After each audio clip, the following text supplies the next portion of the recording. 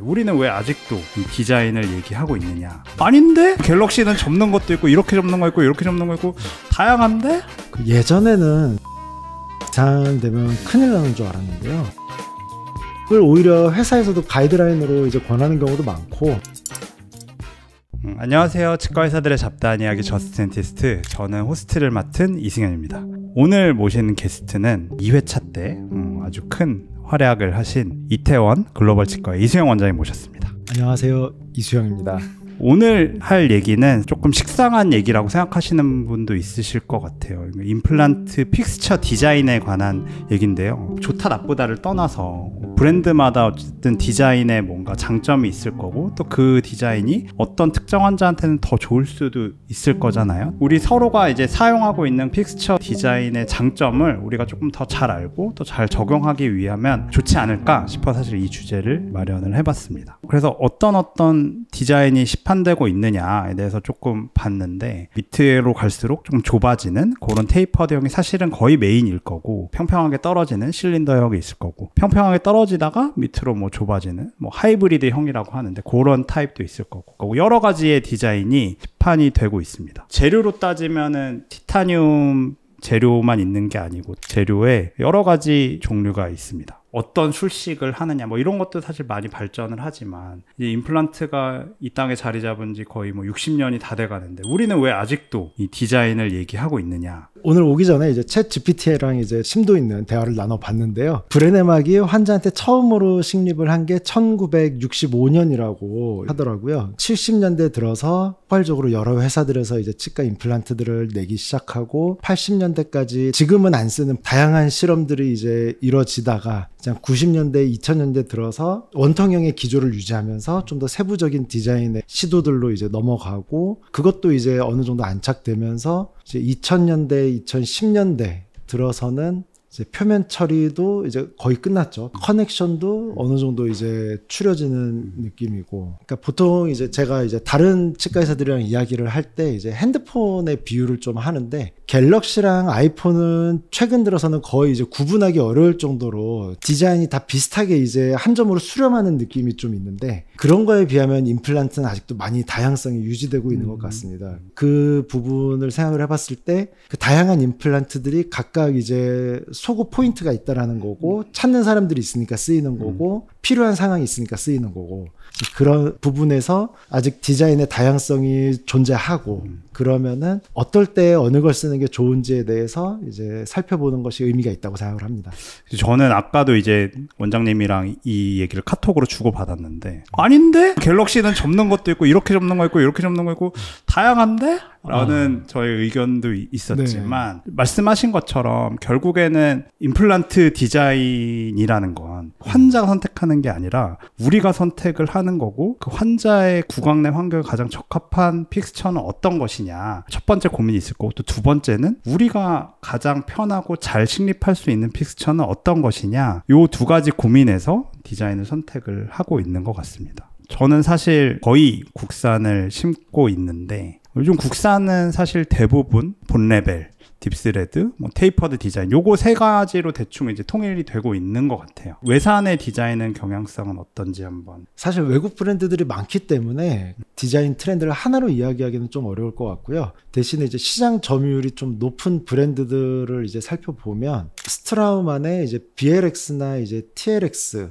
같은 형태의 디자인이나 북미 쪽에서 이제 많이 쓰이는 노벨바이오케어의 노벨 액티브 임플란트의 디자인을 보면 좀 비슷한 부분들이 있습니다. 라벨상의 직경에 비해서 넥 부분의 직경이 조금 줄어들고, 한 3분의 1 정도 내려온 지점의 스레드가 이제 최대 직경이 되고, 그 다음에 다시 이제 테이퍼하게 에이펙스로 갈수록 이제 줄어드는 약간 총알 모양의 형태로 디자인이 좀 비슷한 경향성이 좀 있죠.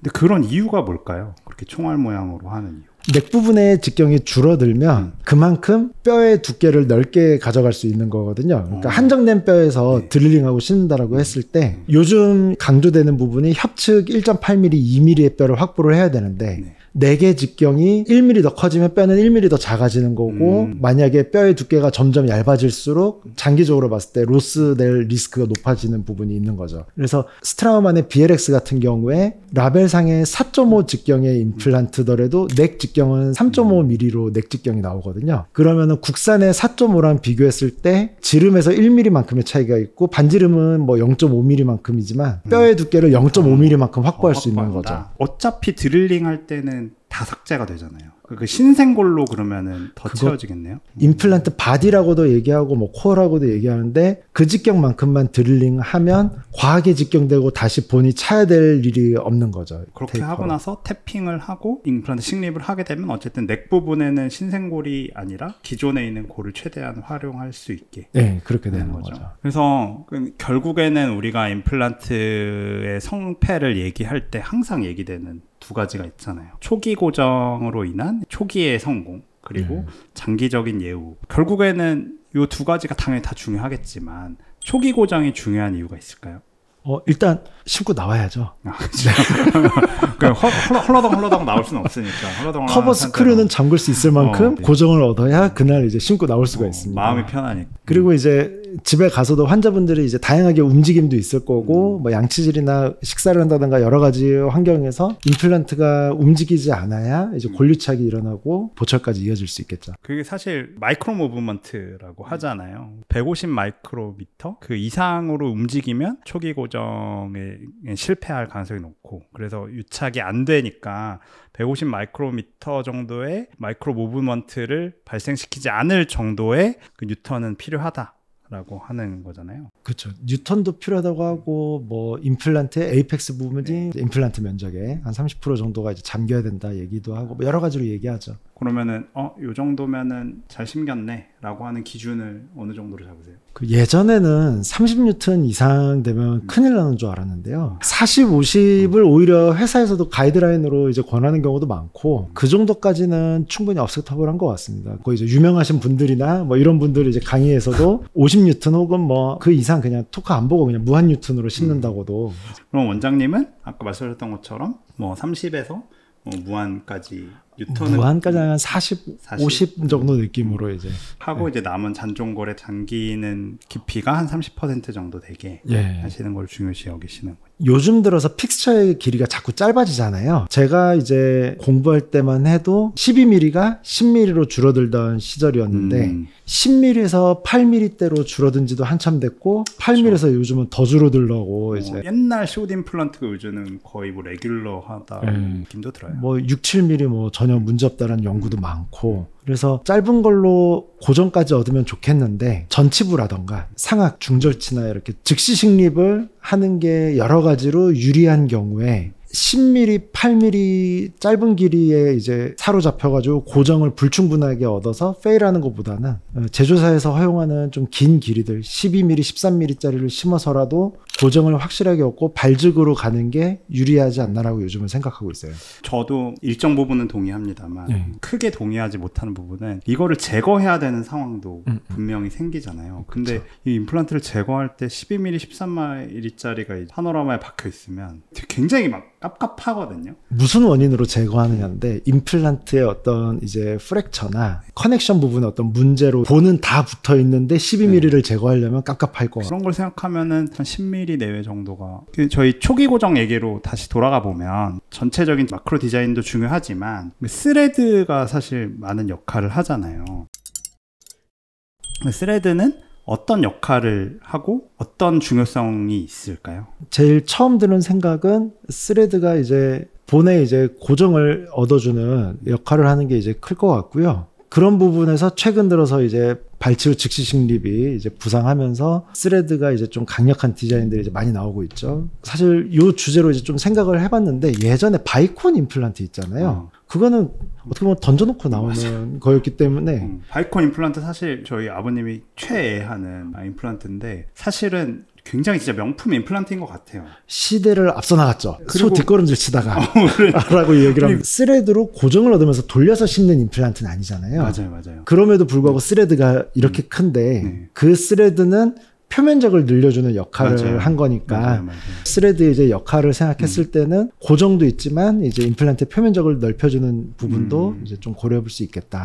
요즘 스트라우마니 BLX 를 발표하면서 제가 이거 진짜 좀 무식하게 생겼다라고 느끼는 지점을 다시 돌아보면 힐링 챔버라고 하는 스레드랑 스레드 사이에 세로로 쭉 이어지는 그 공간이 있잖아요. 근데 이게 결국에는 거기가 이제 혈병을 가둬놓는 역할을 하면서 스레드 사이사이에 결국에는 뼈가 오스테오 인덕션, 오스테오 제네시스가 돼야 되잖아요. 그래서 거기에 세포들에게 혈병이 뿌려주는 역할, 전초기지 중간에서 뭐 영양소도 제공하고 그런 거를 이제 목적으로 디자인을 해놨고, 그래서 거기에다가 뭐 뭔가 칩이 있거나 이런 거보다는 그냥 그 자체에 혈병이 있게 하는 게 되게 중요한 역할을 하더라고요. 그래서 보면은 요즘 최근에 이제 국산 임플란트 디자인도 그 힐링 챔버들을 꽤 크게 가져가는 디자인이 꽤 생겼어요. 그래서 이런 것도 이제 점차 반영이 되는구나라고 생각을 하고 있습니다. 피질골이랑 해면골의 역할이 다르잖아요. 피질골에서의 스레드와 이제 해면골에서의 스레드는 어떤 차이점이 있을까요? 해면골은 뼈가 자라들어올 수 있는 뼈잖아요. 네. 거기서의 스레드는 아까 이야기한 고정력을 얻는 역할과 이제 표면적을 늘려서 이제 뼈랑 이제 BIC를 늘려줄 수 있는 역할을 하는 것 같고요. BIC가 뭔가요? 뼈와 임플란트의 컨택이죠. 표면적을 늘려서 BIC의 어떤 퍼센티지는 그대로더라도 뼈가 이제 붙어있는 면적은 늘어나는 거잖아요. 네네. 그런 목적을 해면골 쪽에서의 스레드에서는 기대할 수 있지 않을까 싶고, 피질골에서는 스레드가 아예 없어야 되나요? 피질골에서는? 그 부분은 조금 논쟁이 있을 것 같습니다. 여러 가지로 실험이 됐었죠. 마이크로 스레드도 이제 하고, 뭐 스레드 아예 없게도 하고, 머신드 서피스도 하고, 뭐 여러 가지 이제 시도들이 있었던 것 같은데, 아직도 여러 회사들에서 다양한 디자인을 내놓고 있으니까 아직은 논쟁거리가 네, 하나로 결론은 안 났다라고 생각이 됩니다. 어쨌든 피질골 부분에 이제 강력한 스레드가 들어가게 되면 토크 값이 많이 발생하니까 거기에 이제 오스테오 네크로시스 같은 게 생길 수 있지 않을까라는 리스크는 있죠. 생각이 있어서 피질골이 두꺼운 환자들한테는 오히려 스레드가 좀 얇은, 좀 식립하는 게 낫지 않을까라는 생각은 하고 있습니다. 그래서 이제 드릴링으로 카운터 싱크나 뭐 여러 가지 이제 극복하려는 그렇죠. 노력들도 이제 필요해지게 되고 그렇죠. 카운터 싱크라는 건 어쨌든 상부 뼈를 삭제한다는 거니까 디자인적인 면에서만 논한다면 상부 스레드는 조금 얇은 거를 선택하는 게 조금 더 낫지 않을까.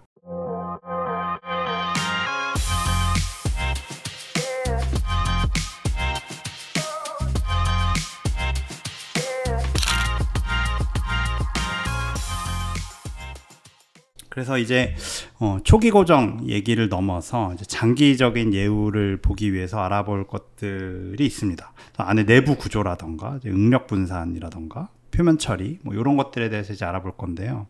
내부 구조는 사실 역사적으로도 다양했고 지금도 꽤나 다양하게 나와 있는데 뭐 익스터널 인터널에서는 약간 이제 인터널 쪽으로 거의 넘어가는 것 같고, 그리고 뭐 안에가 헥사냐 옥타냐 뭐 이런 차이점도 있을 거고, 모스 테이퍼라고 하는 안에 테이퍼가 몇 도냐에 따라서 이제 내부 구조에 대한 차이점이 회사나 디자인마다 다르게 되어 있습니다. 그러면은 이 안에 테이퍼 각도의 차이는 어떤 차이가 있을까요? 그 모스 테이퍼라고 얘기하는 이제 6도 내외 이제 각도가 될수록 여러 가지 각도에 이제 힘이 가해졌을 때 커넥션에서 실링이 유지되고 유리하다고 이제 하죠. 그런 연구들이 사실은 예전부터 계속 있어 왔고 실제 기능할 때 커넥션이 어떻게 이제 있는가, 정적인 상태에서는 다 연결되고 실링된 것처럼 보여도 실제 기능에서는 이제 틈새가 벌어지는 디자인들도 많고, 그러면은 입안에 있는 세균들이나 이런 게 들어갔다가 나왔다가 하면서 이제 깨끗하지 못한 환경을 만들고 마이너한 레벨일지언정 어떤 인펙션의 소지가 있기 때문에 본 레벨과 잇몸 레벨을 유지하는 데 불리하죠. 그럼 이게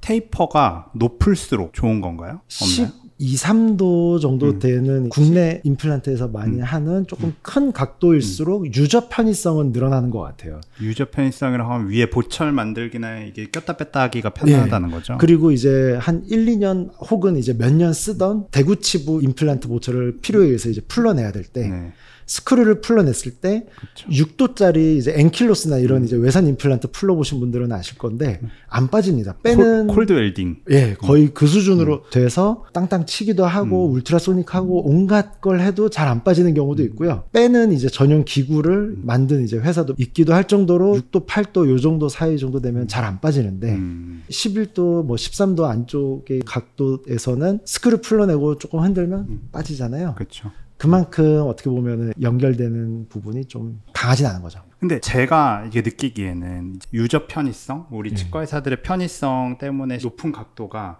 더 있다고 하지만 저는 사실 그것도 크게 나쁘다고는 생각하지 않는 게 결국에는 요즘은 점차 임플란트도 관리의 중요성이 포커싱 되고 있으니까 이게 저는 문제가 되면은 빨리 풀어서 안에를 잘 세척하고 잘 쓰는 게 저는 중요하다고 생각하거든요. 그래서 하이니스 편에서도 얘기했지만 리차이어빌리티 이게 저는 꽤나 중요하다고 생각합니다. 결국에는 의견의 차이를 반영해서 회사들도 그런 이제 디자인 철학을 만들 거고 만약에 저처럼 이제 조금 리차이어빌리티나 문제가 됐을 때 빨리 우리가 대처할 수 있는 이제 픽스처를 원하신다면 조금 더 넓은 그런 각도에 있는 픽스처를 선택하는 게 오히려 더 낫지 않을까라는 생각도 합니다. 그 유저 편의성에서 하나 더 얘기하면 멀티플로 심을 때 보철 제작하는 부분에서 각도가 클수록 유리하죠. 그렇죠. 그것도 굉장히 중요하죠. 그 모스테이퍼 임플란트 같은 경우에는 그래서 무화라 그러잖아요. MUA 이제 중간에 하나 거쳐서 그 다음에 이제 패스를 잡게 되고요. MUA 처음 나왔을 때는 저게 응력 분산에 있어서 약간 말이 안 된다고 생각했는데 요즘 보면은 사실 그런 유사한 제품들이 워낙 많으니까 저것도 되게 좋은 또 보철의 대안이 아닐까 싶기도 하고. 모스테이퍼 각도로 임플란트를 제조하는 회사들은 꼭 있어요. 카탈로그 보면은 MUA가 꼭 있죠. 앞부분에 있습니다. 저 뒤에 있는 게 아니고 많이 찾게 되는 것 같아요. 멀티플로 심었을 때 조금만 틀어져도 이제 안 들어갈 수가 있으니까. 저는 티슈 레벨은 약간 익스터널처럼 역사의 뒤안길로 가는 게 아닐까라는 생각을 한 적도 있어요. 근데 요즘은 티슈 레벨이 솔직히 연차가 쌓이고 할수록 티슈 레벨의 가능성이나 관리나 이런 게 굉장히 유용하다고 생각을 하거든요. 그래서 티슈 레벨 디자인은 요즘의 시장성이나 이런 거에 대해서 어떻게 생각하세요? 티슈 레벨 임플란트의 장점을 선호하시는 분들은 여전히 많이 사용하고 계신 것 같습니다. 넥 부분이 그 머신드 서페스로 메탈 칼라가 있잖아요. 네. 어마어마하게 두꺼우니까 픽스처 찢어짐이나 이런 부분은 걱정할 필요가 없고 기계적인 저항성이 좋고 대신 이제 식립할 때 조금 까다로운 부분은 좀 있겠죠. 특히 깊이 부분에서 조금 까다로운 부분이 있을 것 같아요. 나머지는 본 레벨이랑 큰 차이가 없다고 하더라도 적정 깊이가 사실 본 레벨 임플란트도 적정 깊이에 대한 부분은 계속 좀 바뀌고 있는 것 같긴 한데 요즘은 깊게 심는 얘기가 이제 많지만 과거에는 뭐 이제 플랩 열고 본보다 0.5mm 깊게 심는 정도로만 이제 얘기되던 시절도 있었잖아요. 이것도 이제 계속 컨셉이 바뀌고 있는데 티슈 레벨도 그 깊이에 대한 부분들이 이제 유저들 사이에서는 계속 얘기가 있는 부분인 것 같고 그런 부분 주의해서 잘 심으면은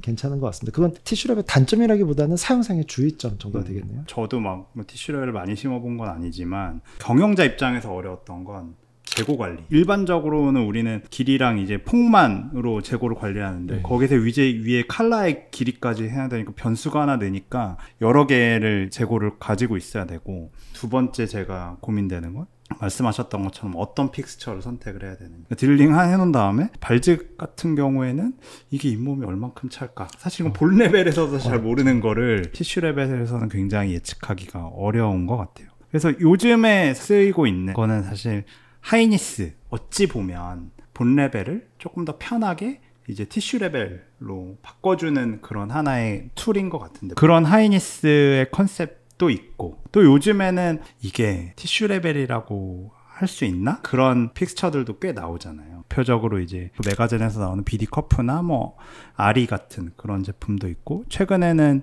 네오에서도 요런 ALX라고 나왔죠.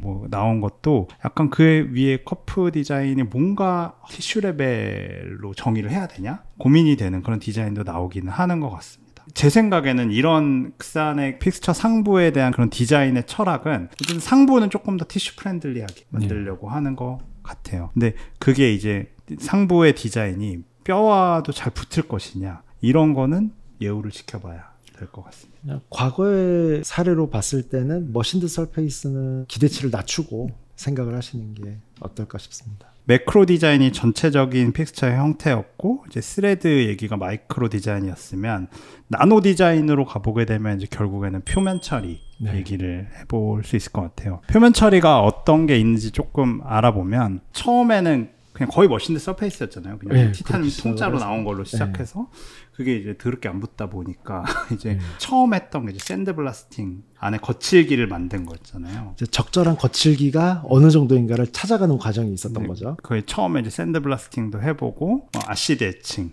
삼보식도 해보고 플라즈마 같은 것도 쏴보고 HA도 해보고 이랬는데 원장님은 어떻게 생각하세요? 적절한 거칠기를 갖는다면 RA가 보통 1보다는 2 마이크로미터 얘기를 많이 하잖아요. RA 값이 뭔가요? 평균적인 이제 표면 거칠기를 얘기하는 값이고 보통 한 2 마이크로미터 정도로 이제 얘기하는데 대부분의 회사들이 요즘은 RA 값을 그 정도 맞추고 그러다 보면 이제 거칠기가 확보가 된다면 저는 무슨 디테일한 방식으로 그 거칠기를 만들었는가는 중요도가 조금 떨어진다라고 생각을 합니다. 지금 요즘 사실 SLA가 기본이잖아요. 요즘은 이제 많이 좋아져서 그런데 네. 예전에는 이제 산부식하고 나서 잔류되는 산이 좀 있는 거 아니냐 그쵸. 이제 이슈도 좀 있었죠. 그리고 뭐 샌드 치고 나서도 약간 부산물 같은 것도 있을 수 있고 샌드를 이제 뭘로 치느냐 네. 파티클 소재 네, 가지고도 맞아. 이제 그런 것도 얘기가 많았죠. 요즘 어쨌든 SLA로 뭔가 대통합되면서 네. 그 다음에 이제 얘기되는 게 코팅 얘기가 좀 가는 것 나왔잖아요. 같습니다. 네. 저는 코팅에 있어서 항상 이슈가 그럼 실제 안에 티타늄 재료랑 밖에 있는 코팅과 이게 잘 붙어 있을 것이냐. 그래서 HA 코팅도 그런 이슈에서는 자유롭지 못하더라고요. 그리고 초기 구정을 너무 강하게 심으면